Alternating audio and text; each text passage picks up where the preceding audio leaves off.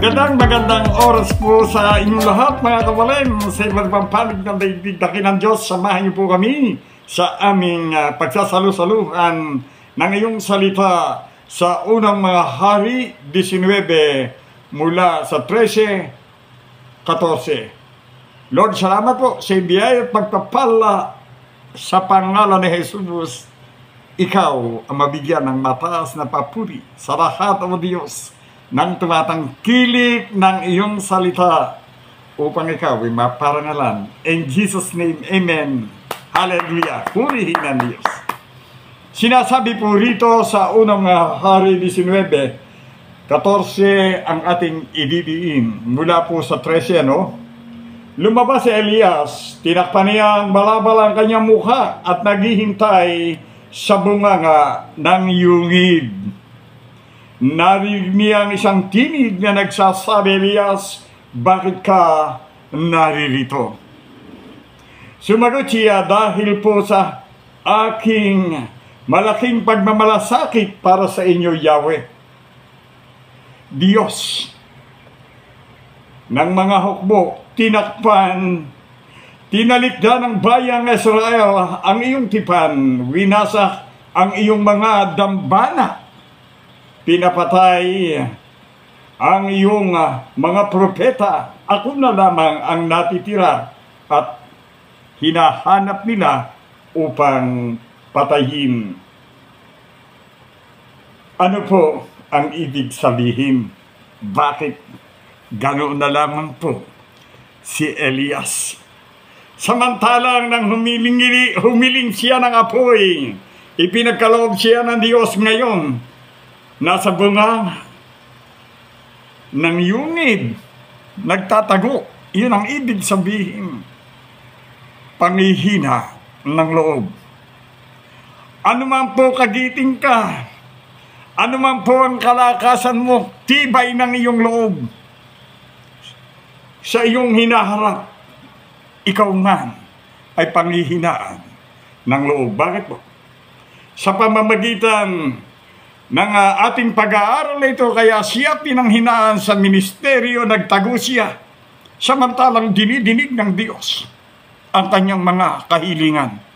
Opo, aba ay humingi siya ng apoy. Biruin mo, kung ito po inyong nabasa at inyong napagdili-dili, ang kanyang mga kahoy na hinihanda, binusan ng tubig. Pero nang sinindihan, humingi sa Panginoon ng apoy, ano po ang nangyari? Pati ang tubig na dumaloy sa kanal ay nagdingas na wari bagang gasolina. Mayroon bang imposible sa Diyos?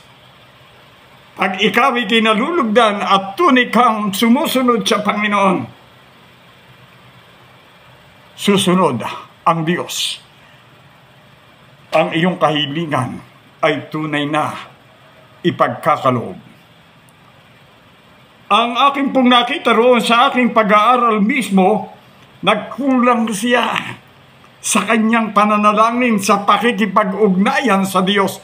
Balikan po natin si Jesus Christ nang siya nagpakain ng 5,000. Nang ang katagumpayan, pwede po niya, hindi na siya manalangin, pero ang ginawa niya, pumunta siya sa burol at nanalangin upang mahihanda muli ang gagawin ng Diyos. Pero siya hindi. Kaya pinanghinaan ng loob. Ang puwersa ay naibigay na.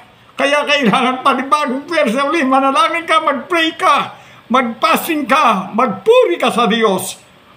Praise and worship, iyon ang pinakikita ng Diyos. Hindi yung lagi mong ganyan. Ako'y dinidinig ng Diyos, yes. Pero kailangan ikaw ay renew sa Diyos. Pray and fasting. Papuri ka sa Diyos. Kaya maraming hindi makapaniwala kay Elias. Maging ang hari, hindi ba? Pero si Elias, alam niya ang kanyang pakikipag-ugnayan sa Diyos. Maging ikaw, kapatid, kaibigan, ginagamit ka ng Diyos. Maraming lumalapit sa iyo, pero ang Diyos ang nag-iingat sa iyo. Diyos ang pupurihin mo. Diyos ang luluwalhatin mo at itataas mo sa buhay mo, sa buong mong sambahayan. Patuloy mong pababalutan ng banal na dugo ni Kristo Jesus nang huwag kayong masila ng forces ng kadiliman na hindi kayo masaranta in the mighty name of God, Lord Jesus, Son of the living God. Si Jesus lamang po ang ating sasanggunian. Siya noon ngayon at magpakailan pa man. Amen. Palakpakan natin ng Panginoon. To God be the glory. Papuri sa Diyos nang hindi manghina ang iyong loob at nang laging rinyo ang kapangyarihan ng Diyos sa iyong buhay. Amen. Purihin po ang Panginoon.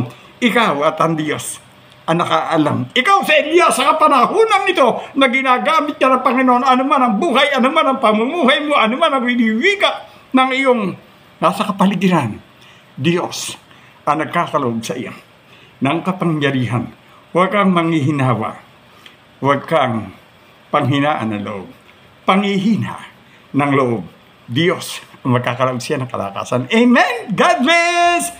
Amen. In Jesus' name, lumakad kang kasama ang Diyos. To God be the glory. Papuri sa Diyos. Amen.